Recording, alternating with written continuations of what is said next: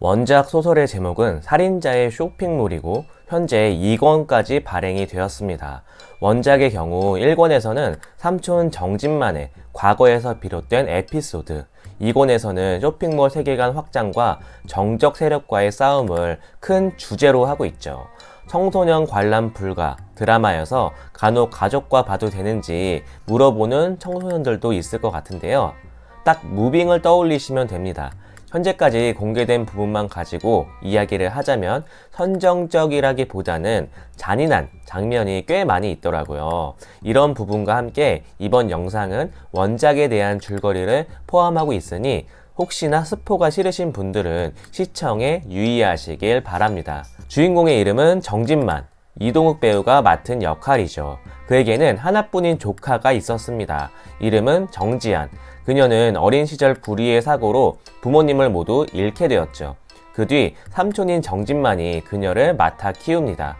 진만은 마치 그녀를 특수부대 훈련하듯 혹독하게 키우는데요. 장난감 총을 가지고 열심히 배웠죠. 총기를 다루는 방법, 사격하는 방법, 또 누군가와 싸울 때 절대로 눈을 피하면 안 되는 이유, 상대의 약점을 빨리 파악하는 방법, 누군가 총을 들고 쫓아오거나 자신을 겨냥하고 있을 때는 지그재그로 뛰어야 한다는 것. 그녀에게 삼촌은 어딘가 특이하고 이상한 사람이었습니다. 어린 시절 지아는 삼촌이 특수부대 출신이거나 국가의 중요한 요원쯤 되겠거니 하면서 삼촌의 이상한 훈련들을 그냥 그러려니 하면서 배우게 되었죠.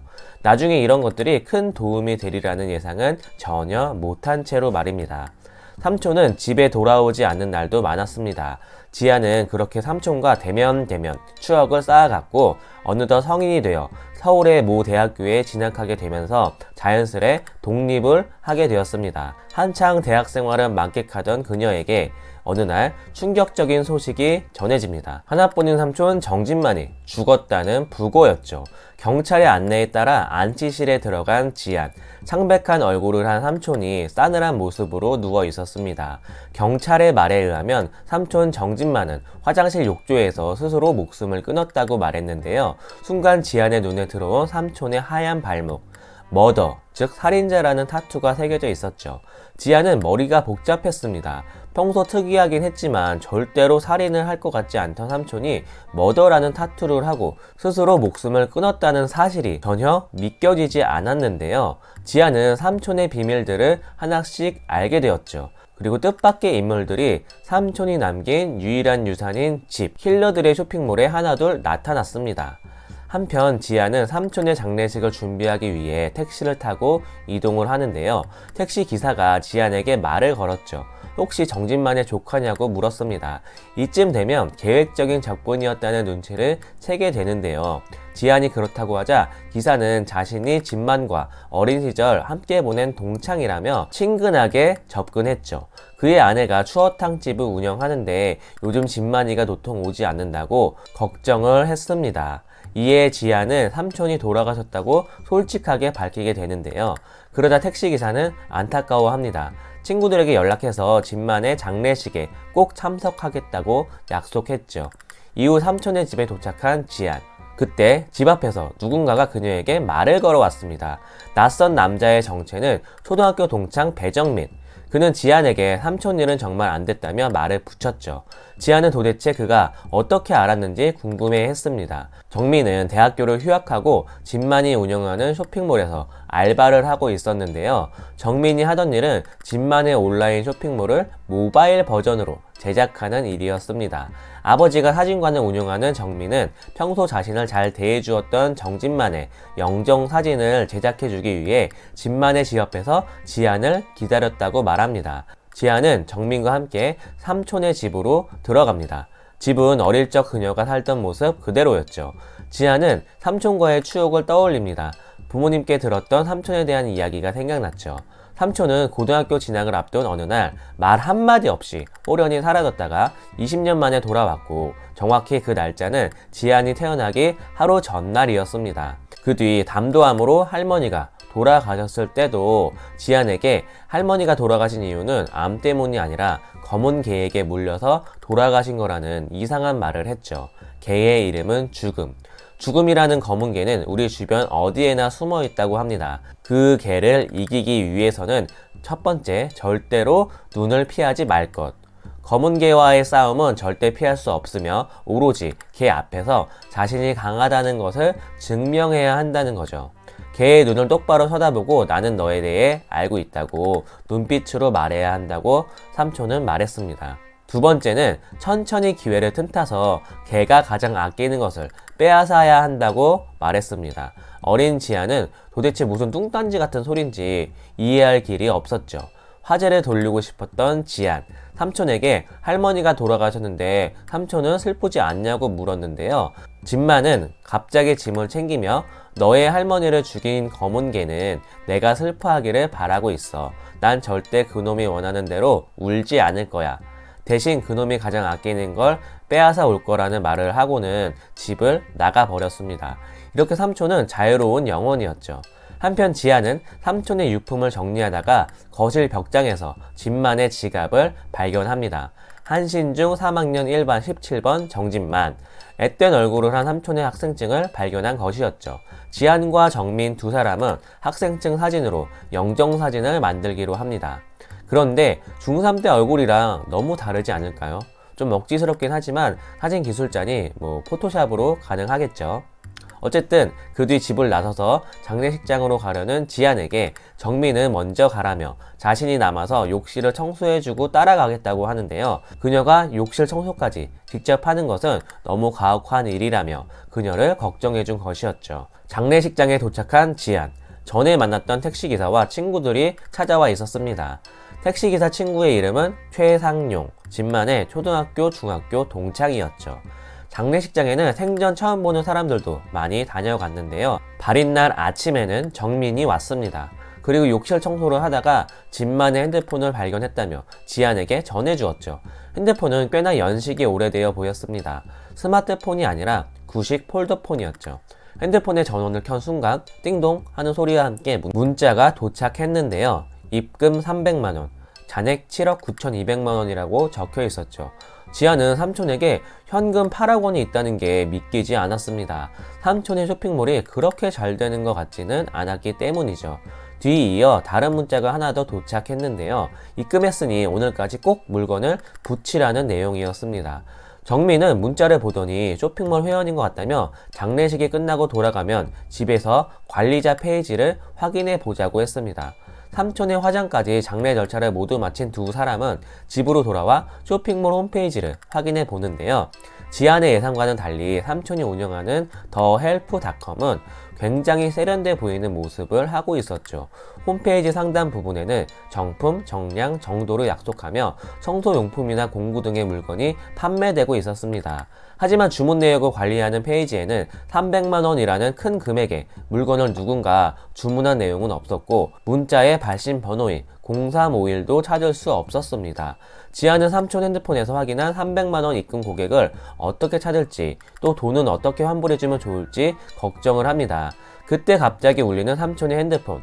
메시지로 누군가 송장 번호라며 문자를 보내왔는데요. 지아는 사장님이 돌아가셔서 오늘부로 사이트를 폐쇄하고 환불해 드릴 예정이라고 답장을 보냈죠. 그리고 혹시 300만원을 입금한 고객이냐고 물었는데요. 그러자 상대는 정지만이 죽었으면 너도 오늘 안에 죽겠네 라고 메시지를 보내고는 더 이상 연락이 없었죠. 지아는 눈물을 터뜨렸습니다. 죽는다는 말이 무서운 건 둘째치고 이제야 삼촌을 잃고 혼자가 되었다는 기분이 실감났기 때문이었죠. 사실 어릴 때부터 삼촌은 지안과 엄청 가까운 사이는 아니었습니다. 늘 적당한 거리를 유지하며 대화도 별로 없이 지냈죠. 할머니 장례식 날 죽음이라는 검은 개 이야기를 해주고 호련히 떠났던 삼촌 정진만. 지아는 집을 지키며 할머니 장례식장에 상주로 가신 부모님이 돌아오기를 기다렸는데요. 하지만 아무리 기다려도 지안의 부모님은 두 분 모두 집에 돌아오지 않았습니다. 알고 보니 할머니 장례식장에서 두 분이 모두 돌아가신 것인데요. 지안이 듣기로는 할머니 장례식장에 엄마의 불륜남이 찾아왔었고 그걸 알게 된 지안의 아빠는 왜 이런 곳까지 불륜남을 찾아오게 하냐며 엄마와 다투다 급기야 엄마를 죽이게 되었고 이후 아빠도 스스로 목숨을 끊었다는 말이었죠. 지아는 며칠째 학교에 가지 못했고 담임 선생님의 도움으로 아동보호소에서 지내게 되었습니다. 지안이 아동보호소에서 지내게 된 지 약 한 달 정도의 시간이 흘렀을 때 삼촌 진만이 보호소로 그녀를 찾으러 온 것이었죠. 지안에게 남은 유일한 가족은 삼촌뿐이었습니다. 어린 지안은 삼촌에게 투정을 부렸죠. 도대체 이 지경이 될 때까지 어디서 뭐 하다가 온 거냐고 따졌습니다. 삼촌은 작은 상점을 열기 위해 준비하느라 좀 시간이 걸렸다며 지안을 데리러 왔고, 그때부터 삼촌의 쇼핑몰이 시작된 것이었죠. 한편 지안과 정민은 이런저런 이야기를 나누게 되는데요. 그러다가 지안은 정민에게 왜 휴학한 거냐고 묻게 됩니다. 정민은 자신의 룸메 때문이었다며 기숙사에 사이코패스가 살았다고 말했죠. 사이코패스 룸메가 기숙사 문 손잡이에 기름을 발라 사람들의 손에 기름이 묻게 한 뒤 화장실 비누에 미리 면도칼을 심어 놓았다는 것이었습니다. 기름이 묻은 사람들은 자연스레 비누칠을 하게 되는데, 그들이 손을 씻을 때 면도칼에 긁혀 손을 다치게 한 것이었죠. 정민이 기숙사를 나오는 날 그에게 왜 하필 기름일까 하고 물었다고 하는데요. 지금까지 자신의 범행을 부인하던 그가 씩 웃으며 다른 거는 사러 가야 되잖아, 그럼 귀찮지? 라고 말했다고 합니다. 이 이야기를 듣다 보니 지안은 삼촌 발목의 문신이 생각이 났고 지민에게 머더라는 문신에 대해 이야기를 합니다. 이야기를 들은 정민은 무슨 암호일 수 있겠다며 주소창에 머더를 넣어 더헬프닷컴을 검색했죠. 그러자 머더헬프닷컴이라는 사이트가 열렸고, 이 사이트에서는 칼, 총기, 독극물, 마취제 등 말 그대로 킬러들을 위한 살인용 도구들을 팔고 있었던 것입니다. 더헬프닷컴 홈페이지 상단에 정품 정량 정도를 약속했던 배너는 머더헬프 사이트에서는 지옥이 도망칠 수 있는 곳이라면 누구도 두려워하지 않을 것이다 라는 문구로 바뀌어 있었죠. 관리자 페이지에 들어가 보니 발신번호 0351의 구매 내역도 있었는데요. 그의 이름은 이성조, M3 나이프와 독성 물질인 플루오린을 구매한 내역이 나와 있었죠. 커뮤니티 게시판에 들어가 보니 이성조가 얼마 전 작성한 글도 있었는데요. 머더헬프 쇼핑몰 창고 대개방, 파티원 3명 모집이라고 적혀 있었습니다. 글을 확인한 정민과 지안, 곧 성조가 파티원들을 이끌고 쇼핑몰에 들이닥칠 거라는 것 같다는 느낌이 들었고, 정민은 그들이 오기 전에 창고 안에 숨자고 제안을 합니다. 그때 현관문 밖에서 인기척이 느껴졌고 누군가 문을 열어달라며 초인종을 눌렀습니다. 밖을 보니 체구가 작은 30대 여자가 진만의 친구라며 문을 열어달라고 했는데요. 수상해 보이지는 않아서 문을 열어준 지안, 그녀에게 누군지 정체를 물었죠. 그녀의 이름은 미네. 진만의 중국어 선생님이었다고 하던 그녀는 진만의 과거에 대해 이야기를 해줍니다. 그녀는 머더헬프의 고객은 두 부류라고 말했죠. 취미로 살인을 즐기는 살인범, 그리고 의뢰를 받는 직업인 킬러. 자신은 킬러라고 합니다. 정민이 그 말을 어떻게 믿냐고 하자 미네는 나도 널 못 믿겠다며 정민에게 재빨리 접근하더니 그의 목에 마취 패치를 붙입니다. 순식간에 벌어진 일에 당황한 지안. 혹시 우리를 해치우러 온 거냐고 미네에게 물었죠. 그러자 미네는 웃으며 답합니다. 그 누구도 지안 씨를 죽일 수는 없다며 그 이유가 지안이 그린 코드이기 때문이라고 말해주었죠. 그리고 진만의 과거에 대해 자세히 말해줍니다. 알고 보니 정진만은 총기류 커스터마이징의 장인이었죠. 어느 날 진만의 쇼핑몰에 베일이라는 킬러가 찾아왔는데요. 그는 진만의 쇼핑몰과 독점으로 계약하고 싶다고 밝혔지만 진만은 단칼에 거절했죠. 이 베일이라는 자는 드라마에선 조한선 배우가 열연했는데요. 아주 파렴치한 악당으로 나오더라고요. 아무리 원한이 있더라도 가족은 건드는 게 아닌데 악마 같은 이 남자, 진만의 가족을 건듭니다. 분노한 베일은 담도함으로 입원 중인 진만의 어머니의 정보를 입수했고 결국 그녀를 찾아가 죽게 했던 것이죠. 그리고 장례식장에서 지안의 아빠와 엄마도 죽였습니다. 그 뒤에 마치 불륜 사건인 것처럼 꾸며서 불륜으로 인한 부부싸움으로 위장했던 것이었죠. 사실을 알게 된 진만, 베일에게 복수할 계획을 세웁니다. 쇼핑몰에도 새로운 규칙을 만드는데요. 자신과 거래를 하는 직업이 킬러인 사람들에게 표식을 부여하는 것이었죠.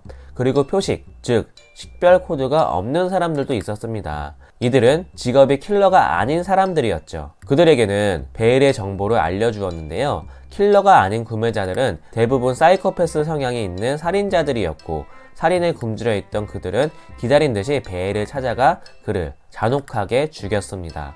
이후 살인범들은 진만에게 자기들도 표식을 요구하는데요. 표식이 생기면 자기들도 킬러들처럼 언제든 무기를 구매할 수 있었기 때문이었죠. 진만은 처음에는 이들에게 코드를 부여하기를 꺼려했지만 결국 베일처럼 그들도 앙심을 품고 해를 끼칠 수도 있겠다는 생각에 살인범들에게는 검은색 표식을 부여했습니다. 블랙 코드였죠. 진만이 부여한 표식은 킬러들을 색깔로 분류했는데요.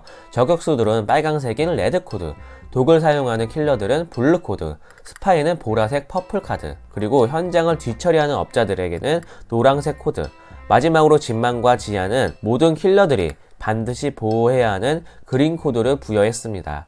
그리고 표식을 받은 모든 킬러들에게 GPS를 심어 실시간으로 그들을 감시해왔죠. 이야기를 듣던 지안, 이렇게 대단한 삼촌이 왜 스스로 목숨을 끊은 건지, 목숨을 끊을 이유가 전혀 없어 보인다며 왜 그런 선택을 한 건지 물었습니다. 그러자 미네는 자기도 삼촌이 스스로 그런 선택을 한 거라고 믿지는 않는다고 했죠. 진만은 누군가에게 당한 거라고 말합니다.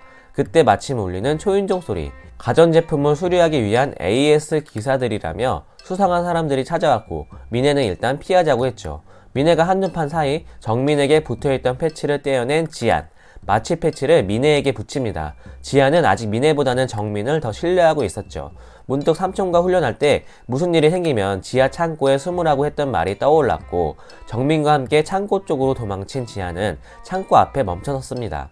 창고는 비밀번호가 걸려 있었는데요. 정민은 집에 있던 진만과 관련 있는 유일한 숫자는 그의 학생증에 적힌 3학년 1반 17번 뿐이었다고 합니다. 030117. 잠시 정적이 흐르고 창고 문이 스르륵 열립니다. 창고 안에는 누군가 이들을 기다렸다는 듯이 서 있었죠. 그의 이름은 브라더. 스스로를 더 머더 쇼핑몰의 스태프라고 밝혔는데요. 그리고 지금까지의 모든 상황을 CCTV를 통해 지켜봤다고 했죠. 브라더는 진만이 죽기 전 혹시라도 어떤 돌발 상황이 생기면 비상시 매뉴얼을 알려주었고 자신은 그 매뉴얼에 따라 외부와 모든 연락을 두절한 채 창고 안에서 바깥 상황을 모니터링했던 것이었습니다. 브라더는 지안에게 이제 그녀가 진만의 뒤를 이어 쇼핑몰의 사장이 되어야 한다고 하는데요. 지안은 브라더에게 삼촌을 죽인 범인이 CCTV에 찍혀 있는지 물었습니다. 브라더는 누군가 자신이 오기 전에 CCTV를 조작한 흔적이 있었고 삼촌에게 일이 있었던 그 1시간만 영상이 멈춰 있었다고 하는데요. CCTV 모니터를 통해 밖을 보니 집 내부에서 미네와 침입자들 사이에 싸움이 일어나고 있었습니다. 그리고 브라더는 미네와 결투를 벌이는 한 남자를 가리키며 그가 바로 이성조라고 말했는데요. 300만원을 입금하고 나서 미네에게 너도 오늘 죽겠네? 라고 메시지를 보낸 남자죠. 브라더는 미네가 힘들어 보인다며 그녀에게 총을 전달해 달라고 정민에게 부탁을 합니다. 정민은 굳은 얼굴로 어차피 다 죽어야 하는 거 아니냐고 했지만 브라더는 미네는 진만에게 중요한 인물이었고 쇼핑몰을 계속 운영하려면 꼭 필요한 사람이라며 정 무서우면 총만 던져주고 다시 창고로 돌아오라고 했죠. 이를 가만히 듣고 있던 지안이 브라더에게 말합니다. 자신이 이제부터 쇼핑몰 사장이니 정민 말고 브라더가 총을 던져주고 오라고 말했죠. 놀란 브라더는 지안을 설득하려 했지만 단호한 지안의 표정에 알겠다며 대신 자신이 돌아올 때까지 창고 문을 닫으면 안 된다고 했습니다. 그는 창고를 나갈 수는 있지만 안에 사람이 있으면 다시 들어올 수는 없기에 문이 꼭 열려져 있어야 한다고 했죠. 밖으로 나간 브라더는 다행히 미네에게 총을 건네주는 일에 성공했는데요. 그런데 갑자기 정민이 창고 문을 닫아버렸죠. 알고 보니 정민은 비밀을 숨긴 인물이었습니다. 브라더는 CCTV로 지안에게 메시지를 적어 보여주었는데요. 안경을 쓰라는 메시지였죠. 지안은 혹시나 하는 마음에 책상에 놓여있던 안경을 쓰고 주위를 둘러보았습니다. 이 안경은 특수 제작한 안경으로 몰래카메라 같이 특이한 물건들을 감지하는 안경이었죠. 정민의 호주머니에 꽂힌 볼펜에서 빨간색 불빛이 보였습니다. 안경을 벗으면 평범하게 보이는 볼펜이 안경을 쓰면 빛나 보였죠. 이 사실은 정민이 볼펜에 몰래카메라가 숨겨져 있다는 것을 의미했어요. 왜 정민이 볼펜에 몰래카메라를 숨겨서 이곳에 왔을까? 의심이 된 지안은 정민이 삼촌을 죽인 건 아닐까 의심하게 되었죠. 그때 갑자기 정민은 총을 만지작거리며 지안에게 질문합니다. 지금까지 너는 죽이고 싶은 사람 없었어? 지안은 과거 삼촌이 자신에게 했던 말이 오버랩 되었습니다. 죽이고 싶은 사람이 있을 때마다 3번 크게 외치라고 했던 진만의 이야기. 지안이 정민에게 너는 없었어? 라고 되묻자 정민은 52명이나 된다고 말했죠. 이후 정민은 페이스북에 접속해 자신이 죽이고 싶었던 사람들을 한 명 한 명 보여주는데요. 급식에 침을 뱉었다는 친구, 연락을 씹었다는 친구 등 이유까지 설명해 주었죠. 정민의 이야기를 듣고 보니 정민이 해준 사이코패스 이야기가 떠올랐습니다. 그리고 알게 되었죠. 사실 사이코패스는 룸메이트가 아니라 정민이었다는 사실을. 지아는 재빨리 옆에 있던 권총 하나를 집어들었습니다. 그리고 정민에게 우리 집에 온 목적이 무엇이냐고 물었죠. 그러다 그녀에게 달려드는 정민. 가까스로 창고 문을 열어 도망치려고 하는 순간 탕 하고 울리는 총소리. 창고 밖에서 예의주시하던 미네가 정민을 향해 총을 쏜 것이었습니다. 총알은 정민의 팔에 명중했고 미네는 지안을 안고는 창고 문을 닫아버렸죠. 이후 브라더의 도움으로 정민의 노트북을 해킹하게 된 지안. 알고 보니 정민은 바빌론이라는 범죄 조직이 운영하는 사이트에서 활동하고 있었습니다. 바빌론은 납치, 고문, 인신매매, 해킹 등 다양한 범죄가 일어나는 장소였고 미네는 자신이 어렸을 때 바빌론에서 노예로 판매되었다는 말도 해주었죠. 바빌론의 주요 수익 중 하나는 청부살인이었는데요. 진만의 쇼핑몰인 머더헬프가 인기를 끌자 바빌론의 고객들이 진만의 쇼핑몰로 이동했고 수익이 줄어든 바빌론은 정민에게 진만을 없애라고 시킨 것이었습니다.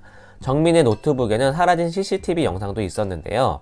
영상은 정민이 진만을 찾아와 무언가 이야기하는 것으로 시작되었죠. 정민은 지안이 바빌론에 의해 납치되었다고 거짓말을 했는데요. 그러면서 정민은 진만이 죽으면 바빌론이 지안을 풀어주기로 약속했다고 말합니다. 진만은 잠시 고민하더니 화장실 욕조에 뜨거운 물을 받아 누웠고 면도칼을 꺼내서 휘둘렀습니다. 화면에는 피가 튀었고 정민이 소리를 지르며 뛰쳐나오면서 영상은 끝이 났죠. 이후 바빌론은 정민에게 머더헬프의 회원 정보도 가져오라고 요구했는데요.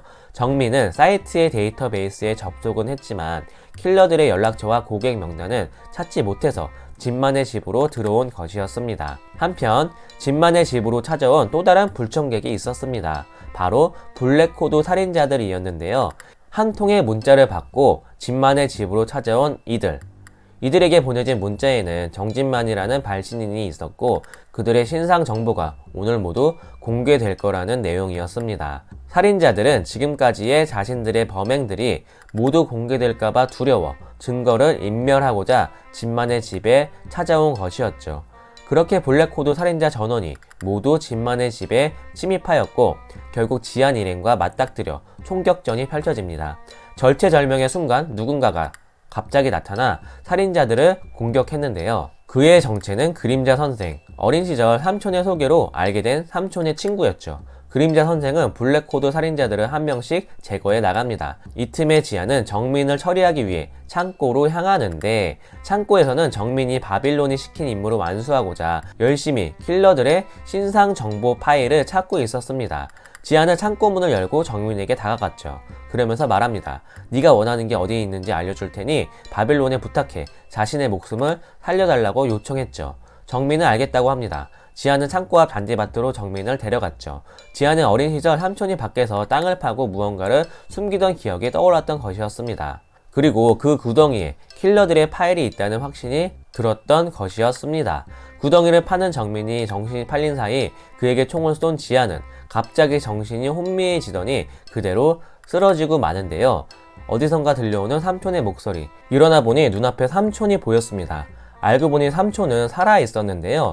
정진만은 자신이 블랙코드를 부여한 살인자들과 더 이상 일하고 싶지 않아 이들을 한 방에 소탕하기 위한 계획을 세웠던 것이죠. 바빌론에서 첩자로 일하던 친구에게 부탁해 바빌론이 머더헬프닷컴을 공격하라고 사주한 것이었습니다. 바빌론은 진만에게 복수하고 싶은 베일의 의뢰라고 착각을 했고 정민에게 진만을 죽이라고 한 것이었죠. 진만은 지안이 납치되지 않았다는 사실도 알고 있었습니다. 그래서 바빌론에서 사주를 받고 찾아온 정민에게 죽는 것처럼 연기한 것이었죠. 피가 튀는 것을 목격한 정민은 깜짝 놀라 욕실을 뛰쳐나갔고 시체는 가짜였던 것입니다. 진만을 도와준 사람이 한 명 더 있었는데요. 처음 지안을 찾아온 경찰이었죠. 최연소 킬러였던 그는 삼촌의 조언으로 경찰이 되었던 것입니다. 그는 진만을 도와서 마치 진만이 죽은 것처럼 시체를 바꿔치기 했고 꾸며낸 것이었는데요. 진만과 친구들의 계획은 성공했습니다. 블랙코드를 받은 살인자들은 모두 죽게 되었죠. 문제는 남아있는 바빌론이라는 조직. 바빌론은 곧 진만이 블랙호드 살인자들을 없애기 위해 자기들을 이용한 것임을 알게 될 것이기 때문이었죠. 미네는 이왕 이렇게 된 김에 아예 세력을 이전해서 쇼핑몰의 이름도 바꾸고 색깔도 바꾸고 쇼핑몰 사업을 번창시켜 보자고 했습니다. 그리고 그 힘을 이용해 바빌론을 쓸어버리자고 했죠. 돌아온 삼촌 진만은 처음에는 이를 반대하고 조용히 살고 싶다고 말했지만 바빌론을 상대하지 않고서는 이 지긋지긋한 싸움이 끝이 나지 않으리라는 것을 인정했습니다. 결국 지안이 자신의 쇼핑몰 운영에 함께하는 것에 동의한 진만. 한바탕 소동 속에서 심신이 지친 지안을 달래주며 그녀에게 한 가지 부탁을 하는데요. 앞으로 무슨 일이 있어도 날 구하지 마. 살인자의 쇼핑몰 2권을 암시하는 이 대사로 1권은 끝이 납니다. 앞으로 악의 세력에 대항해서 쇼핑몰도 키우고 그들과 전면적으로 부딪히게 될 2권의 내용도 너무나 기대가 되는데요. 드라마에서는 1권의 내용을 어떤 식으로 각색했을지 무척이나 궁금해집니다. 현재까지 디즈니 플러스에서 순차적으로 2편씩 공개가 되고 있고 총 8부작이라고 하니 1권의 내용까지가 파트 1이 되지 않을까 싶습니다. 부모를 잃고 삼촌까지 잃으며 혼자 어려움과 맞서야 했던 지안. 아무리 나쁜 경험이라도 땅에 버릴 것이 하나도 없다는 누군가의 말처럼 전혀 쓸데없는 경험인 줄 알았는데 삼촌의 훈련 덕분에 살아남을 수 있던 그녀의 모습을 통해 하루하루 우리가 쌓고 있는 모든 경험들이 결국 나중엔 어떤 식으로든 도움이 될 거라는 생각으로 시청자 여러분 모두가 오늘 하루도 소중한 추억이 되시길 기원하면서 저는 그럼 또 다른 리뷰 영상으로 돌아오겠습니다. 지금까지 엠무드였고요. 시청 감사드립니다. 엔조이 무비 드라마 리뷰는 엠무드.